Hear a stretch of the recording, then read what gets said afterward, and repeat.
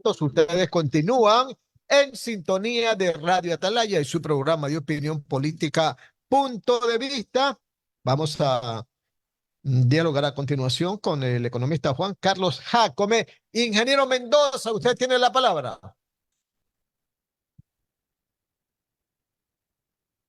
Muchísimas gracias, mi querido Alcides Montilla García. ¿Qué le parece si iniciamos con sus preguntas y luego de las de Romina, que recién está con nosotros, para que pueda también interactuar nuestra compañera? Así es que iniciamos con el economista Juan Carlos Jácome, quien es además un reconocido analista económico y financiero de nuestro país.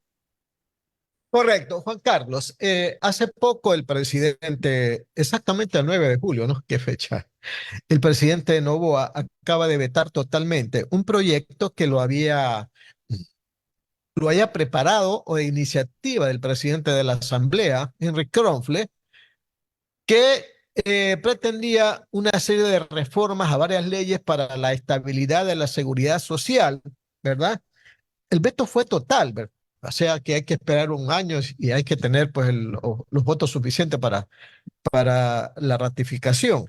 Pero decía el proyecto, le voy a leer el primero, que el BIES pueda contratar una empresa nacional o internacional que cuente con capacidad y experiencia específica en asesoría en banca de inversión enfocada a sistemas de pensiones o seguridad social. Y el otro, crédito semilla a emprendedores o pequeñas empresas para financiar sus actividades iniciales o de arranque en condiciones favorables, etcétera, etcétera, ¿verdad? ¿Qué consideraciones tiene usted que hacer sobre esto?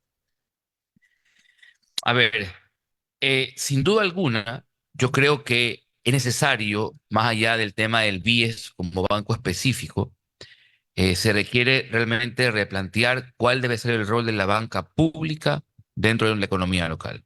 O sea, Yo se no lo, habla de la banca pública, no es solamente del BIES, del Ban Ecuador y del BED, y inclusive, ¿no? CFN y BED. CFN, ¿no? No podemos ver solo un banco en específico, que es el BIES, más allá que tiene digamos que un trasfondo particular.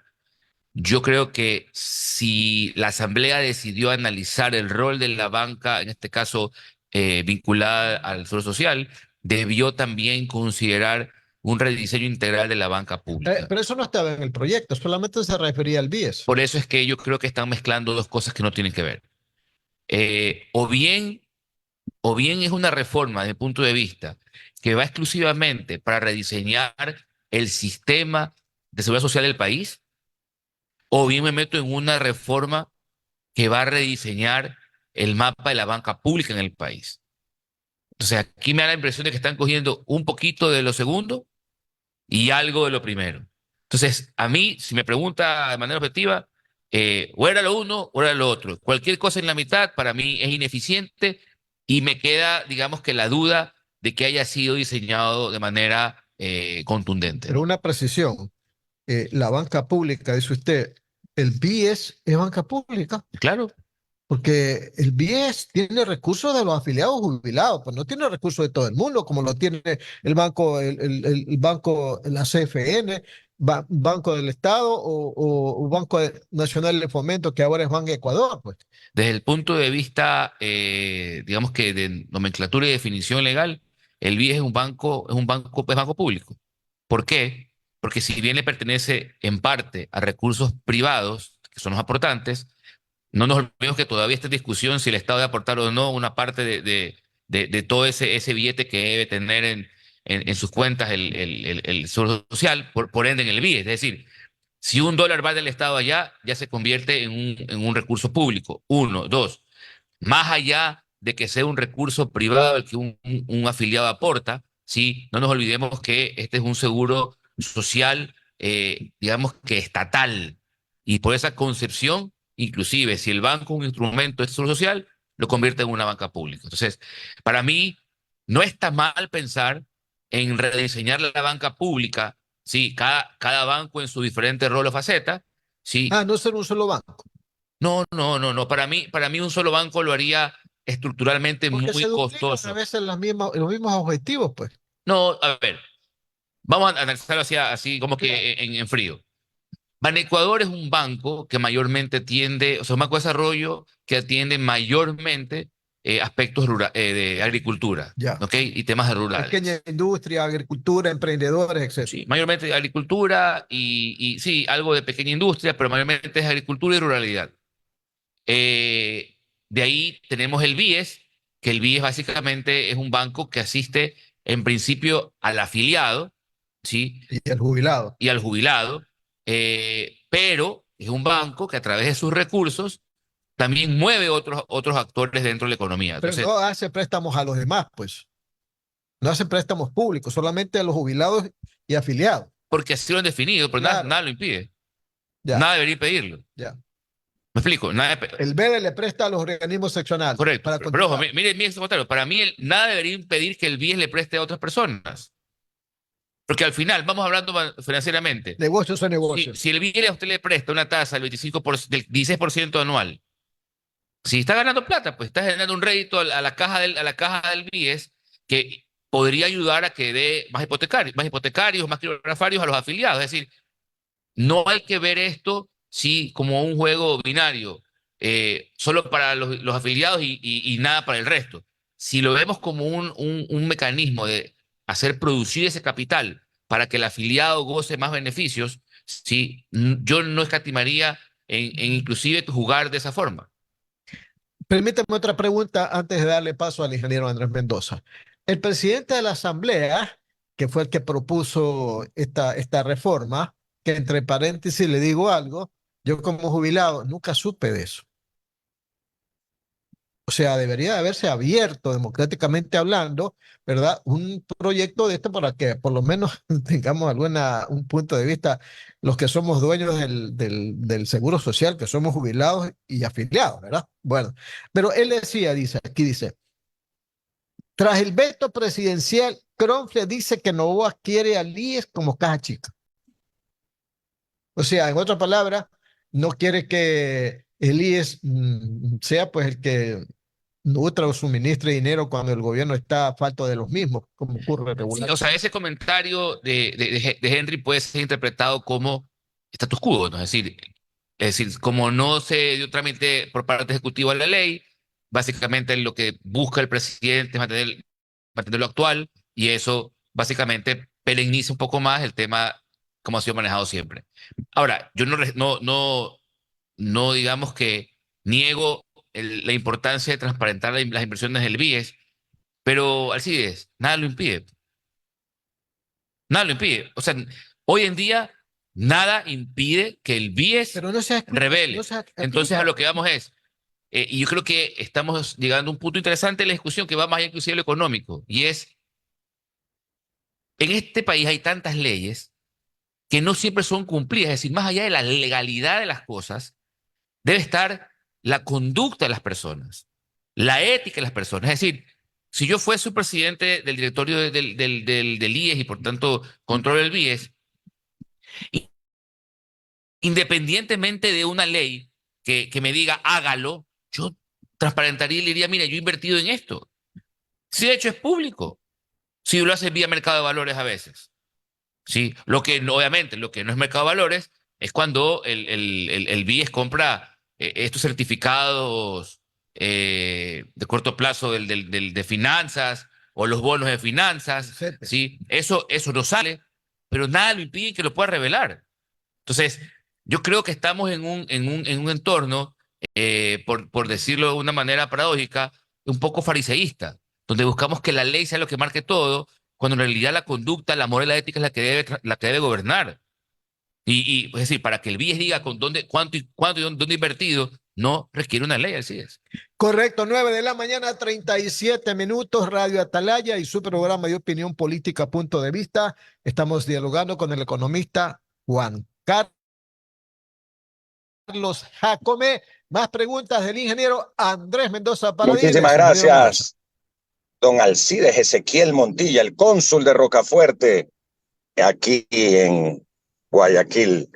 Oiga, a propósito, Juan Carlos, para que lo felicite al Alcidito, que fue el cumpleaños estos días, ¿eh?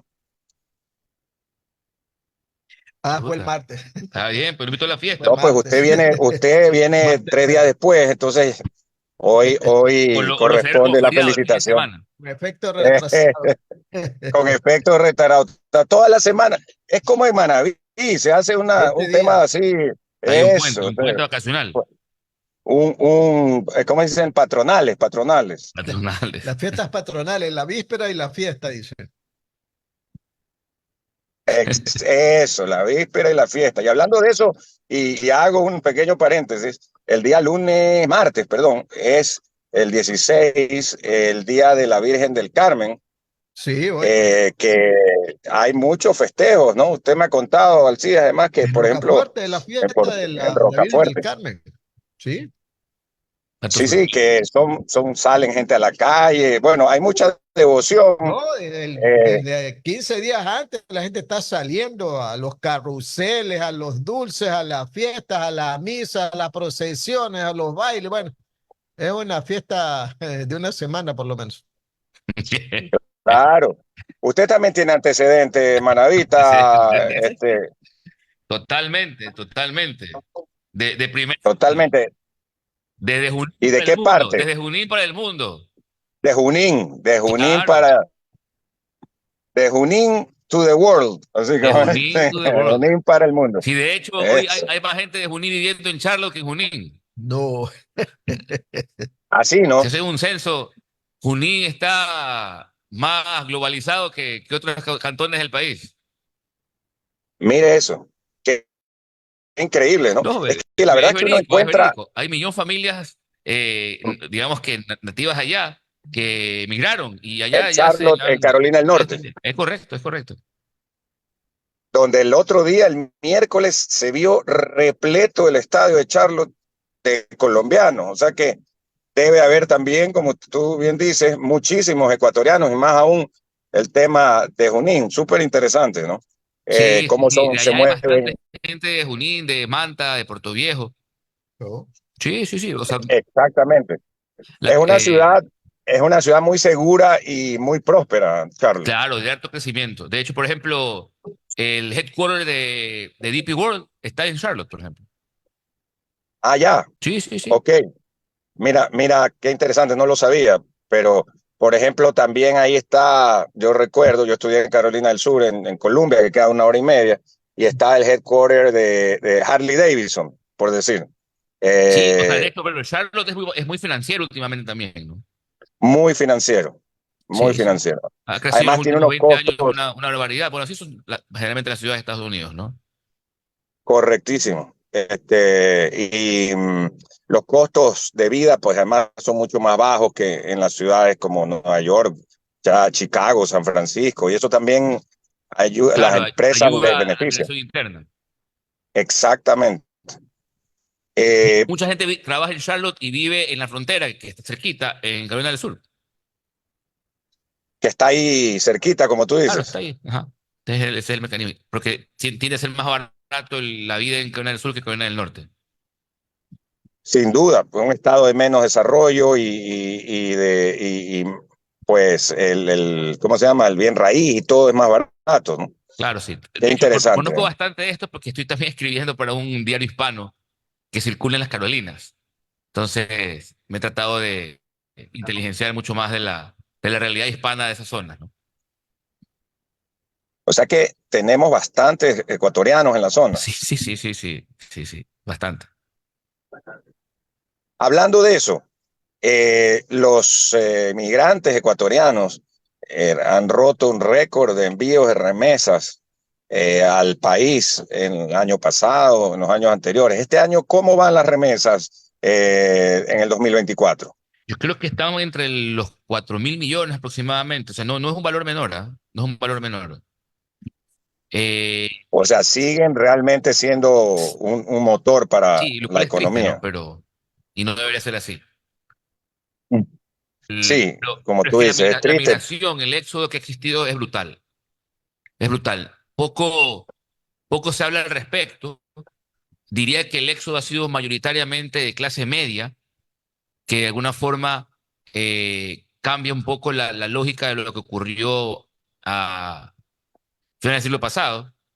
Y creo que obviamente el, al ser clase media, tienes acceso a mayores quizás trabajos de inmediato, lo que llamamos que la barrera idiomática no es tan grande y por tanto de enviar recursos inmediatamente. Entonces, eso, Le cuento, entre enero y marzo de este año, el Banco Central determinó que por remesa se han recibido 1.393 millones.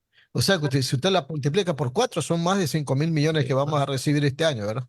sí, no, o sea, ¿sabes que es un número que cuando yo hablo del tema de la oferta de dinero trato siempre de omitirlo? Porque me parece triste hablar de que la economía tiene que moverse porque se va la gente para otro país. Pero sí, es increíble la cantidad que están generando y el aporte que hace que la economía se mueva en los últimos tiempos, ¿no? Que son cosas que Eh, un Estado debería de alguna forma controlar para evitar y que sean otros mecanismos para generar ingresos de divisas al país, ¿no?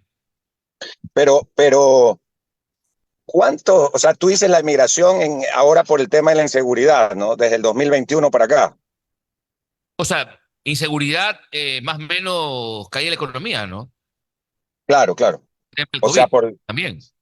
desde el COVID para acá, entonces, Claro, es que, o 2020 sea, el hacia el diagnóstico 2024. del Ecuador es que el COVID hizo que muchos empleos se perdieran, ¿sí? Y esos empleos no se han recuperado a pesar de los 4 años que han transcurrido. Súmale a eso la inseguridad que ha generado que muchos negocios hayan cerrado, porque más les costaba pagar el remedio que generar ingresos para sus negocios. Entonces, esa combinación de dos elementos ha generado digamos, que migren muchos más hogares de clase media. Mira, yo soy parte de un colegio en la parte directiva, y solo ahí uno ya va viendo cómo hay un retiro de familias que han decidido salir del país. Entonces, eso es una métrica real de que por múltiples factores, y te digo, yo no descarto todavía el económico, exista la voluntad de ir y buscar mejores días en otros países. Y creo que mayormente ha sido Estados Unidos en los últimos tiempos. Yo también creo que mayoritariamente se han ido para Estados Unidos. Al contrario de la ola de finales del siglo XX, en donde mayoritariamente se fueron hacia España y una parte hacia Italia, ¿no? Pero ahora la entrada a la Unión Europea no es tan fácil y tampoco el mercado español está en buen momento, pues, Juan Carlos, de trabajo. Sí, o sea, ¿cuál es la diferencia que yo un poco describía? Era que en ese entonces, primero, no había una barrera de entrada a Europa, España entre ellas, y por tanto, digamos que la migración de las personas que tenían realmente mayor vulnerabilidad en esa época, que era la clase popular, decidió optar por esa vía, ¿no? En cambio, ahora la clase más golpeada, además de la popular, sí, fue la clase media, porque digamos que, ¿qué ocurrió en la pandemia? Apagaron fábricas, apagaron empresas, y quien está conectado en ese espacio siempre es el mercado laboral formal, es decir, clase media. Y ese espacio para mí demográfico sí contaba con acceso a Estados Unidos por las visas. Entonces decidieron jugársela y aprovechar esa contingencia. Por eso hoy la característica digamos que de la migración, del éxodo, es mucho más diferente, ¿no? Claro, claro. Y activó Eh, inmediatamente la remesa, porque digamos que el tiempo de incorporación en la sociedad americana fue mucho más rápido. Es mi lectura de lo que ha pasado. las 9:47, don Alcides Montilla o Ingeniero, doña Romina, ingeniero, le digo algo.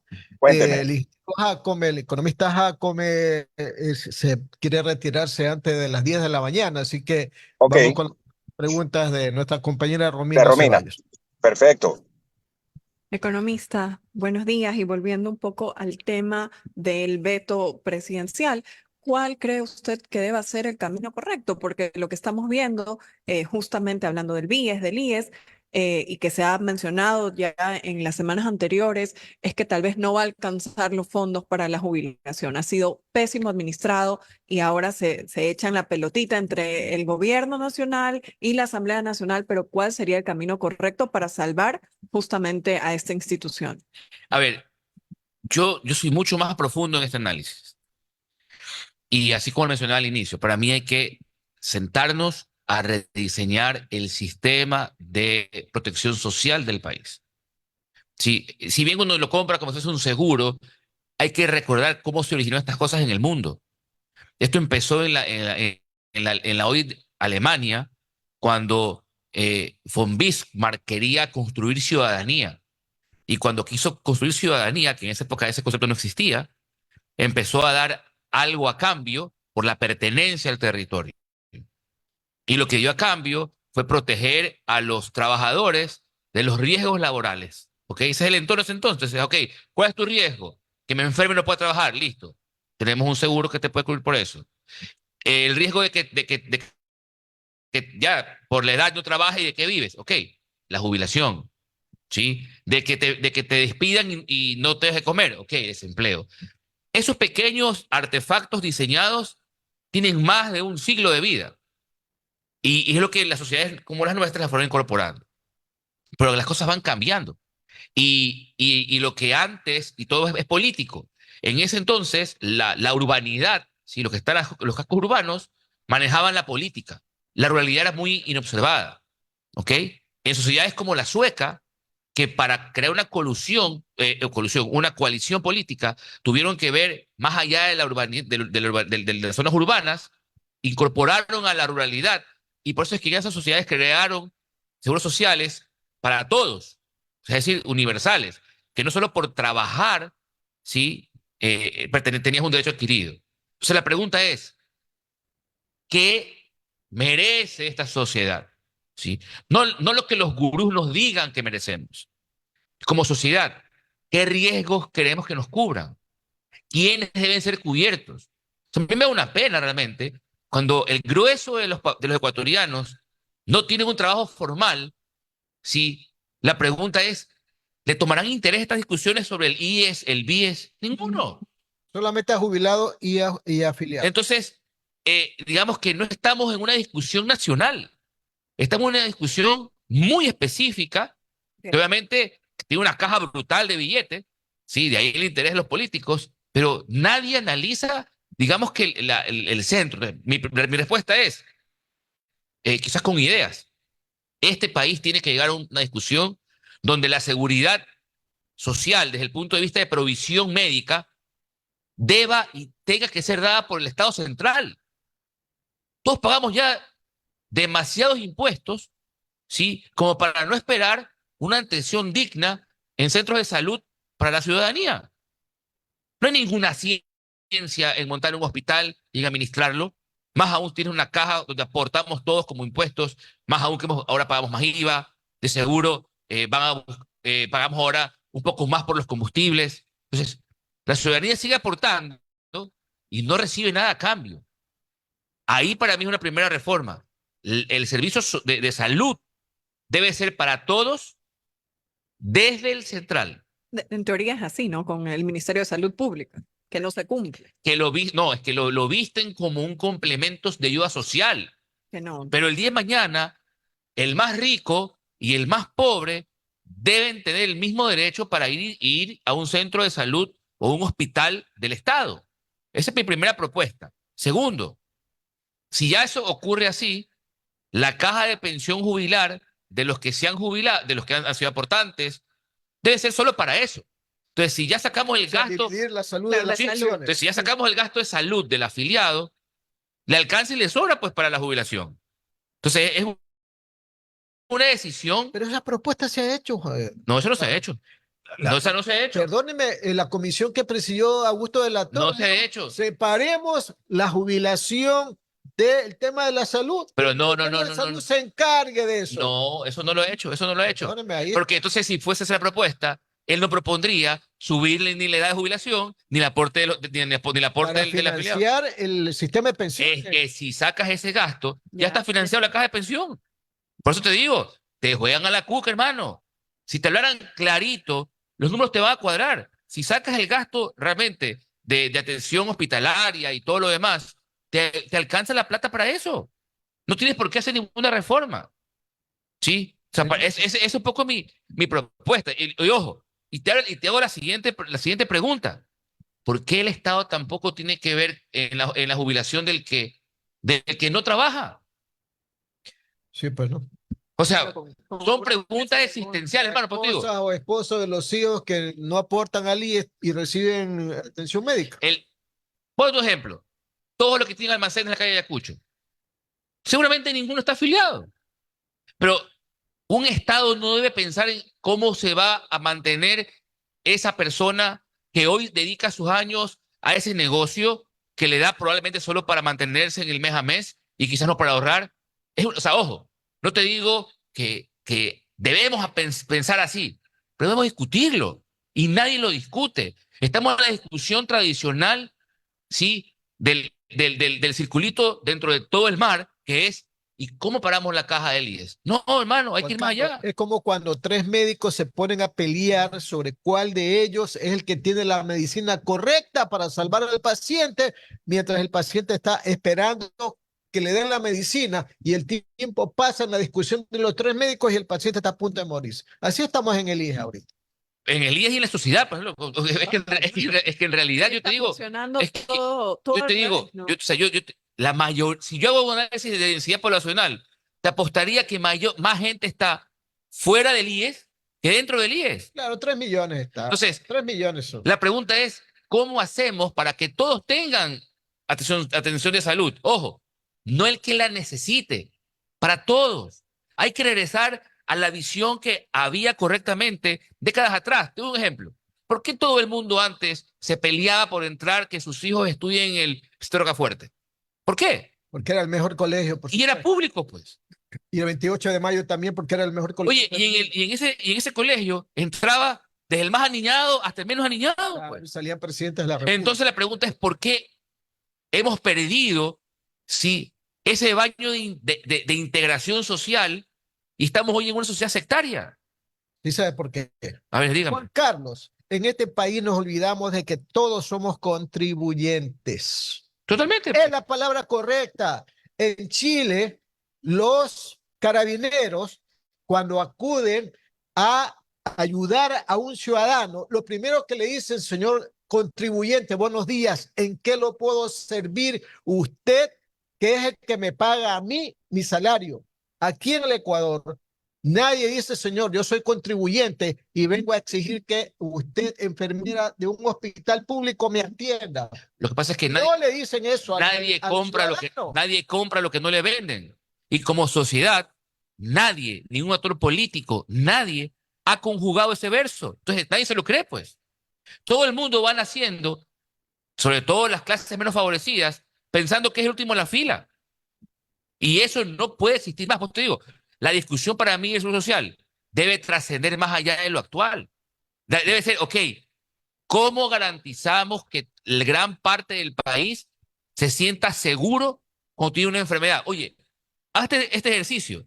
Mañana viene alguien, un taxista o este ejemplo del que trabaja en ese punto en Ayacucho. Le da un tema que requiere ir a una emergencia de un hospital. ¿A dónde va? ¿A dónde va? ¿Tiene la seguridad de que si tiene que internarse se va a internar? No lo sabes. Es decir, la vida y la salud es una suerte divina. El Estado tiene que contribuir a que deje de ser parte del azar. 9 de la mañana, 57 minutos. Creo que nos queda tiempo para seguir conversando con Juan Carlos. La verdad que ha tocado muchos temas muy interesantes que yo tengo el convencimiento de que nuestros oyentes están pero muy ávidos de poder seguirlo escuchando. Lamentablemente, el economista Jacome tiene otras responsabilidades y otros compromisos que cumplir, pero en todos casos lo vamos a comprometer para que Con mucho gusto, que con mucho rato gusto. venga y poder conversar sobre este tema, porque la verdad es que usted ha puesto el dedo en la llaga en estos temas y hay muchísimo de qué comentar, estimado amigo. Es que nos venden gurús con discursos prefabricados, ¿sí? Que en realidad uno ya solo les toca como de comérselos. En realidad hay que discutirlos, hay que desmenuzarlos, porque quien está en juego es la sociedad. Totalmente. Y otra cosa, lo que necesitamos en este país, ya basta de debate, porque insumos para el debate ya hay muchos se han hecho un montón. de teoría, hay que ponerlas en la práctica. ¿Desde cuándo se viene hablando de la reforma al IES? Hay como 5 o 6 leyes que están en la Asamblea, unas han sido aprobadas y otras no. ¿Y cómo seguimos en el IES con los hospitales y las clínicas y las medicinas? Con serias deficiencias. Entonces, no hemos avanzado. Mientras avanza la palabrería, avanza la teoría, avanza el proyecto, la propuesta, todo avanza, pero no avanza en No, la y cada práctica. candidato cree que presenta la Exacto, solución cuando estamos en exacto, época electoral, lo exacto. elegimos y las cosas Mira, no avanzan, queremos cambiar el directorio, retroceden. aumentar el directorio de 3 a 5. ¿De qué nos sirve eso? De nada, mientras no exista un real vínculo con el afiliado. ¿De qué nos sirve 100 asambleístas, 80, Van a 120, ser 132. 150? O sea, ¿de qué nos sirve el número, Alcides, si la relación entre ellos y la población real no está? Yo siempre soy radical, de hecho hice columna hace como 2 años. Uno vota por celular hasta para quién gana un Big Brother. ¿Por qué no puede crear una aplicación para votar, para que usted vote por la ley de seguro social? Pues Claro, y sí. ya no necesitamos una asamblea, no porque nos caigan bien o nos caigan mal. Eso fue una creación cuando era difícil movilizar a toda una sociedad para quedarse la mano y baje la mano cuando toque discutir leyes. Hoy ya no requieres que nos representen porque uno puede por sí mismo representarse en un voto a través de un celular. Ya eso ya es parte del pasado.